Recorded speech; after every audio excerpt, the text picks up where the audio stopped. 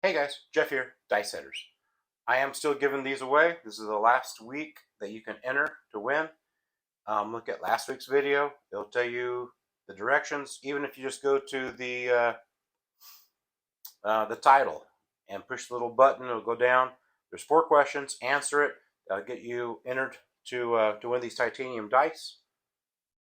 For those of you that tried to answer my question 4 weeks ago, please give me your address. I will send there and send something for you because you did sit there and take the time to try to calculate what my end result would have been if I continued to press that strategy instead of stop it. New year, new you, yeah. The biggest thing is let's talk about the set. There's only one person I know that's ever talked about this, and it's the most important set you could possibly come to at the table. Bone Thrower has said it, and he's the only one I've ever heard ever say it. And I'm not talking about a dice set. I'm talking about a mindset. There are people I go to the table with, it's almost like Eeyore. Oh, it probably won't work this time. You want to go with a good mindset. I'm going to win. But don't be arrogant. But you came there to have fun. And to have fun, you're going to win. So walk in like you own the place. Don't be using scared money. Scared money is, I only have $50 to last 2 nights at the casino and I'm going to really play conservative. That's no fun either. Come in with the right mindset. I'm going to win. And if you win all but 1 out of 5, that's a win. Even winning 3 out of 5, that's a win. Come in with the right mindset. Come in with, this is my strategy. Now, sometimes strategies might change because you're like, that was the wrong strategy. But definitely, if it's a known strategy, you've used it at that table before, try to stick with it. Sometimes, you got the jitters or whatever, you 7 out sooner than you thought, but come in with the right mindset. I'm going to win. I'm going to beat the casino at their game. And the only way I'm doing this is by having the right mindset, the right placement of money, the right strategy, and the right dice set. Hopefully, that'll turn your year around and you'll have an awesome year playing craps. It's the only reason how come I play craps for. Because nowhere else do you have a little edge that the casino lets you have by throwing the dice. You can card count at blackjack, but the casino will eventually ask you, you can play any other game but blackjack. But here you do have an edge. It will change. You have a better strategy that will change. You have a better dice set that will change the outcome. You have a better mindset that will change the outcome of your game. So without further ado, and I promised you this last week, I did the defense of a bouncy table, and I showed that you can have at least 2 people rolling and you come up the same. And if you come up the same with other people rolling, that's a win in my book. Because I'm not there to make money off of other people. I'm there to make money off of my throws. But if I can win enough, $5 here, $10 here, that's fine. It shows the dealer I got money on the table. I'm ready to roll whenever it gets back around to me, and I'm going to sit there and win. So here is the offense of a bouncy table. Now, again, my table's not bouncy. It's not going to have the same thing, but trust me, these 2 things, these 2 rolls will work if you have that bouncy of a table. Don't shy away from a bouncy table. You can make a lot of money off a bouncy table. You just have to predict which way you want to go with it. Most time a bouncy table, more 7s. Not always, but most of the time. Most time a bouncy table, you'll have more 2s and 3s on the first come out roll. I don't know why, but that's been my experience. Whereas a table that's harder, easier to navigate, you'll have more sevens and yos on the very first throw. Could just be me, but sit there and put that in the comments. Tell me what you guys think. When you play a bouncy table versus a just a regular table, the dice don't fly off the table when you roll them. Is there a difference on the come out rolls? Is there a difference on how often the seven shows up? I think there is. So without further ado, here is today's show. Thanks, guys.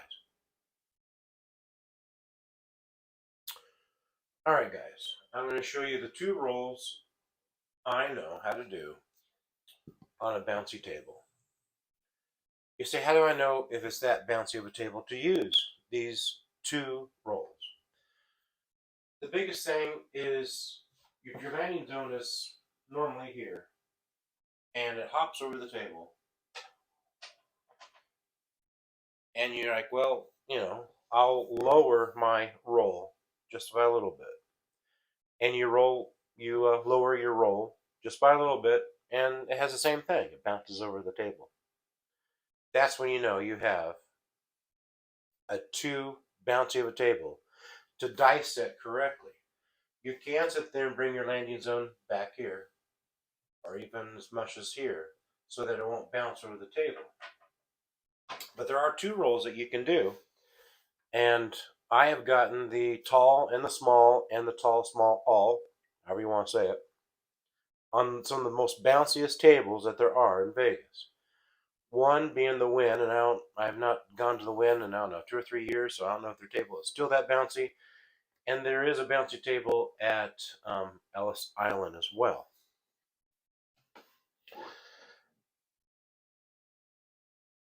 Whichever way is easier for you to roll, left side, right side, it really doesn't matter. It helps if you're not in the pocket, but just one over, so it'd be a R2, R3, depending on how long the table is. And you're going to sit there and do an all seven.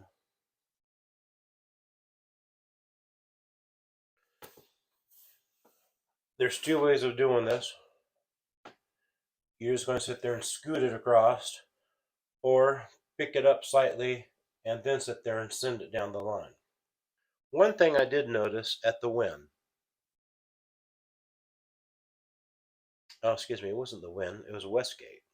Sorry about that. It was Westgate. When it got to this section here, and this happened, my wife was there too. I just thought I was hallucinating. When it got to here, the dice quit tumbling, and they actually just kind of went across the table, just like this. I've never seen anything like it before in my life. And I saw it happen once, and I was like, well, maybe, I was the only one that saw that. And I asked my wife, she goes, oh no. When it got to here, it quit rolling and just kind of basically scooted across the table, or sliding across the table. Of course, sliding dice across the table you can't do.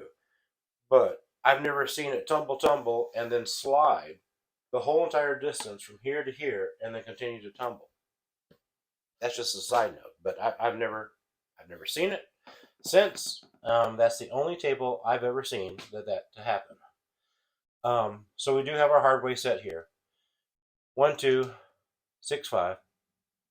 It's the easiest one for me to remember, and it really doesn't matter. Whichever way you want to do it, it's fine with me. It works all the same. And we're just going to sit there and just kind of and make them crash into the alligator pit and see what happens.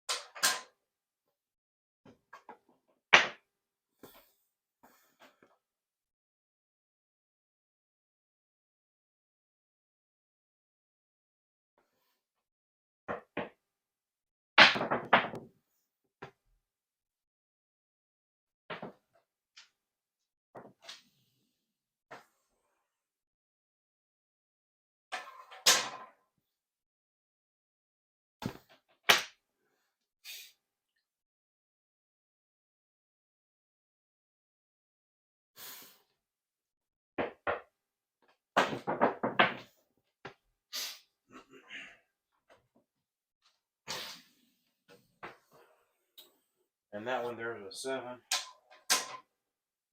don't know if it really mattered or not, but I did kind of roll it into the corner.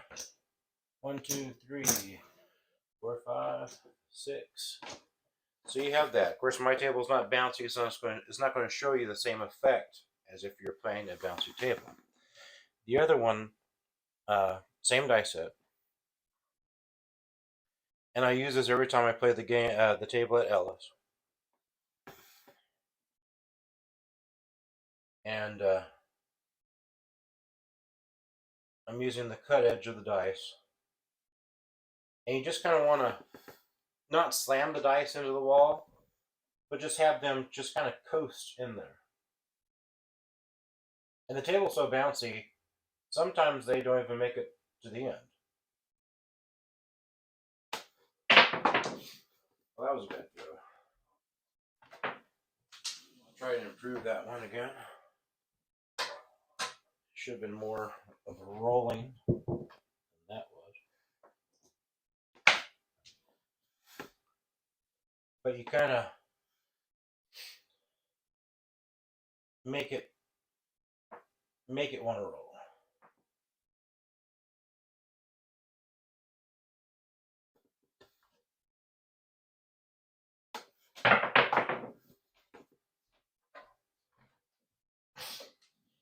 That was better.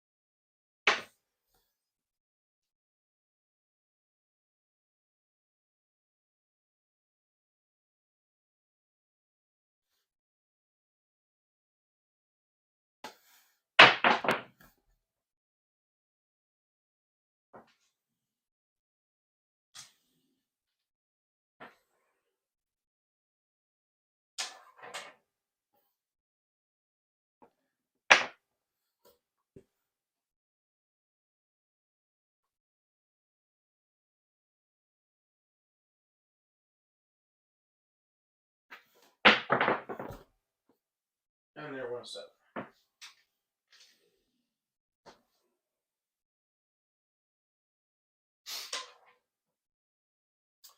That one, with it being bouncy, they just kind of do that all the way down the table. So I can't replicate that. Give that a try. You have the same starting position, the same dice position. Yes, your landing zone is going to change just because of how bouncy the table is going to be. But to me, rolling it like that, I can at least get a tall or a small on that bouncy table. The cool thing about the first one I showed you is that you could roll that from either end.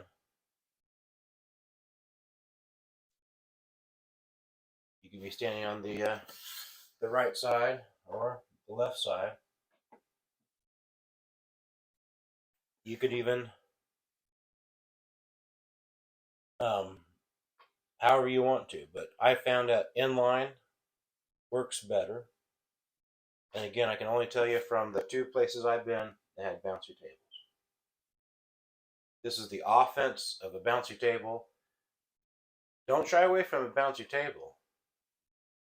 You just got to learn from the bouncy table. And you learn by putting small amounts of money on the pass line. Give them a $5 bonus chip so that you can at least keep track of the numbers that you're rolling. And make little changes here and there, and you'll see that you probably won't hit the same number twice. And that's what we're looking for. As long as we stay away from the 7 long enough to sit there and hit a tall or a small, that's good enough for me. Thanks for watching, guys. Share, like, subscribe, and we will see you next time.